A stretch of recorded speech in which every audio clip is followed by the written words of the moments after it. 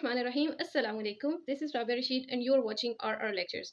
आज का हमारा टॉपिक है how to ace IR international relations. और इस पे मैं इसलिए भी बात करूंगी क्योंकि मैं अपनी दफ़ा बहुत परेशान हुई थी। पहले मैंने पॉलिटिकल साइंस रखा था और फिर मुझे लगा कि इसमें मेरा इंटरेस्ट नहीं है, हालांकि मैंने उसके काफ़ी सारे नोट्स भी बना लिए थे। और जब वो आधा कवर कर लिया तो मुझे अंदाज़ा हुआ कि नहीं, ये मेरा जो है ना टेस्ट नहीं है। फिर मैंने आईआर की जो है वो कोशिश की। अब ये था कि आईआर की ना इतनी सारी बुक्स हैं और सारे ही टीचर्स आपको डिफरेंट बुक्स बता रहे होते हैं और बहुत सारे टॉपिक्स वो एक बुक में नहीं होते, वो मुख्तलिफ जगहों से आपने लेने होते हैं। और इस चीज़ में मैं इतना ओवरवेल्म्ड हो गई, इतना कंफ्यूज हो गई।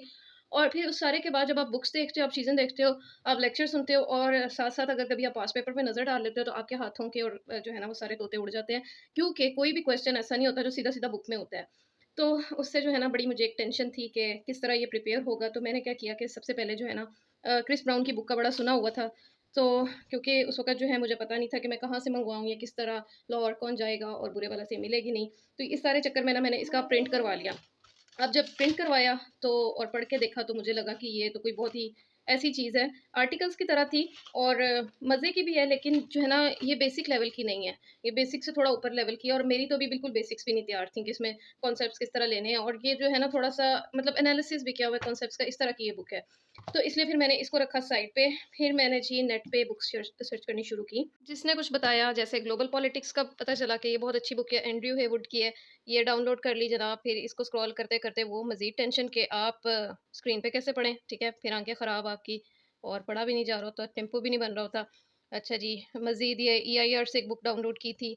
इसके भी कुछ, ये गोल्डस्टाइन की ये बहुत अच्छी बुक है। नियर पियर वाले सर जो थे, सर महबूब, उन्होंने इसी के ऊपर जो है ना इसी के थ्रू लेक्चर्स वो दे रहे थे और बहुत अच्छे लेक्चर्स थे उनके। तो इसलिए गोल्डस्टाइन भी पढ़नी शुरू की, लेकिन वो भी इस तरह नहीं पढ़ी जा रही थी।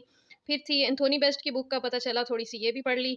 अच्छा, फिर जो है ये केगले की बुक भी सब लोग कह रहे थे, ये भी थोड़ी-सी डाउनलोड की और पढ़ने की कोशिश की। और हो ये रहा था कि पढ़ा ही नहीं जा रहा था। और मैंने ये काम किया कि अच्छा इनके कंटेंट्स निकाल लिए, क्योंकि बार-बार जो है आप लैपटॉप खोल के बैठते हो तो फिर आपकी पढ़ाई जो है ना बस वो तो चली जाती है एक तरफ। इसको मैंने डाउनलोड किया, इसके पीडीएफ फाइल्स निकाली, जो-जो चैप्टर जिसका इम्पोर्टेंट लगा वो एक चैप्टर जो है ना वो निकाल लिया और उसके जो है ना पढ़ने की कोशिश की। उससे उससे काफ़ी फ़ायदा हुआ। खैर मैं नोट्स साथ-साथ ले रही थी, नोट्स फिर कभी दिखाऊँगी आपको।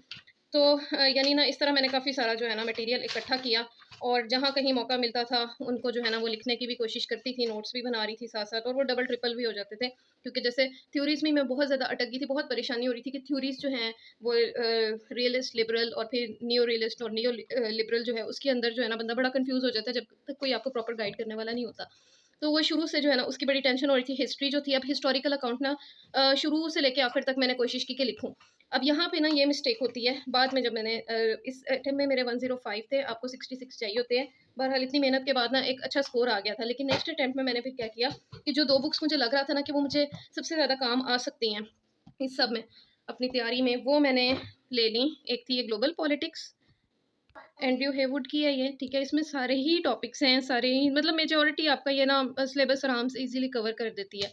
और थ्योरीज़ भी बहुत अच्छी इसमें एक्सप्लेन की हुई हैं और जो है ना जगह-जगह पे मैं आपको दिखाती हूँ। ये देखिए राइटर्स और इनकी बुक्स का भी बताया हुआ है और ये इसलिए इतना इंपॉर्टेंट है, जहाँ पे राइटर्स और इनकी बुक्स के बारे में है ना, ये एमसीक्यूज़ में आ जाता है और ये आपको काफ़ी फ़ायदा दे देता है। अगर आपने अच्छी तरह जो है ना यहाँ से नोट्स बना लिए ना, आपके एमसीक्यूज़ बहुत अच्छे प्रिपेयर हो जाते हैं, डेट्स वगैरह चीज़ें इधर से आपको मिल जाएँगी। और दूसरी बुक थी हेनरी नाउ की।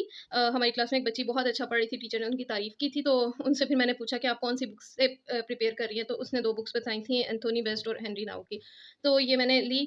अब ये पर्सपेक्टिव्स के ऊपर है और ये बुक सबसे अच्छी मुझे इसलिए लगी क्योंकि इसने मेरे सारे कॉन्सेप्ट्स क्लियर कर दिए। ये बात करते हैं पर्सपेक्टिव्स की कि इंटरनेशनल रिलेशंस में स्टेट के जो भी कोई प्रॉब्लम्स होती हैं या जो भी दुनिया में इश्यूज़ होते हैं, हिस्टोरिकली भी आपको इवेंट्स देख लो या जो आजकल भी हो रहे हैं, वो जो है ना उसका पर्सपेक्टिव हर शख्स का देखने का डिफरेंट होता है। और सारी बात जो है ना आईआर में पर्सपेक्टिव्स के इर्द-गिर्द ही घूमती है। उसे आप थ्योरीज़ कह लो, आप कुछ भी कह लो। और जो है ना जैसे रियलिस्ट के पर्सपेक्टिव किसी भी वॉर या किसी भी इवेंट का कुछ और होगा, लिबरल्स का और होगा और जो कंस्ट्रक्टिविस्ट्स हैं ना, यानी आइडियोलॉजिस्ट हैं, उनका और होगा, ठीक है? तो इस तरह जो है ना मुझे ये चीज़ क्लियर हुई कि हमें आईआर को पर्सपेक्टिव्स के थ्रू देखना चाहिए।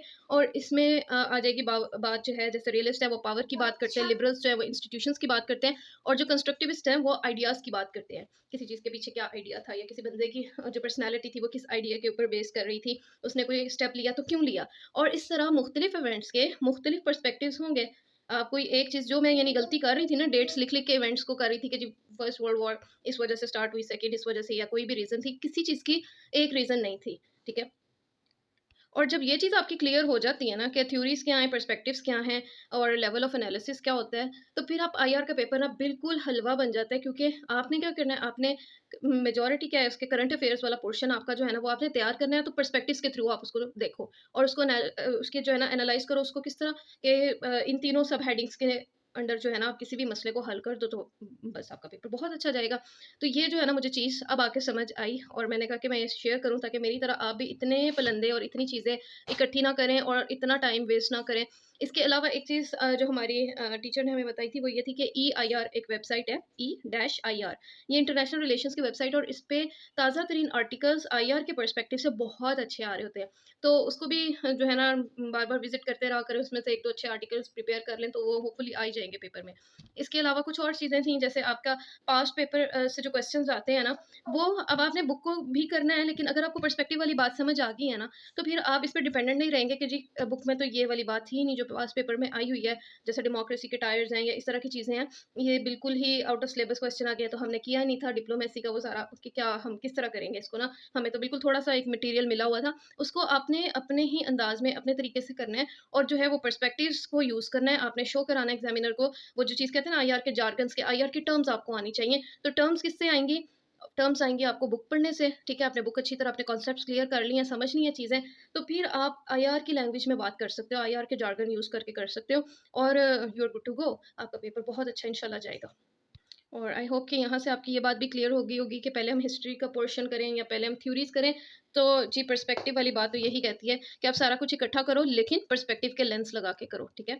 जैसे इसकी मिसाल ये है कि वर्ल्ड वॉर 2 में कुछ लोग कहेंगे कि इंस्टीट्यूशंस लाइक डेमोक्रेसी वो फेल हो गए थे और जर्मनी की तरफ से पावर शो था, तो वो इस वजह से जो रियलिस्ट कहेंगे पावर शो था, तो इस वजह से वॉर होगी और लिबरल्स कहेंगे इंस्टीट्यूशंस फेल हो गए तो इस वजह से थी और जो आइडियाज़ की बात करते हैं कंस्ट्रक्टिविस्ट वो कहेंगे कि जी हिटलर की आइडेंटिटी के ऊपर बात आ जाती है कि वो शख्स था ही ऐसा। तो ये वो सारी चीज़ें इसके थ्रू जो है ना आप सारा कुछ इकट्ठा करेंगे और मुझे तो ये बुक बहुत अच्छी लगी कि अगर आपने प्रिपेयर करना है ना ईयर का बहुत कम टाइम है आपके पास और आप चाहते हैं कि आपके पास क्वालिटी मटेरियल आ जाए, क्वालिटी इसमें आपके पास कंटेंट आ जाए, ये मेरे बच्चों के काम है।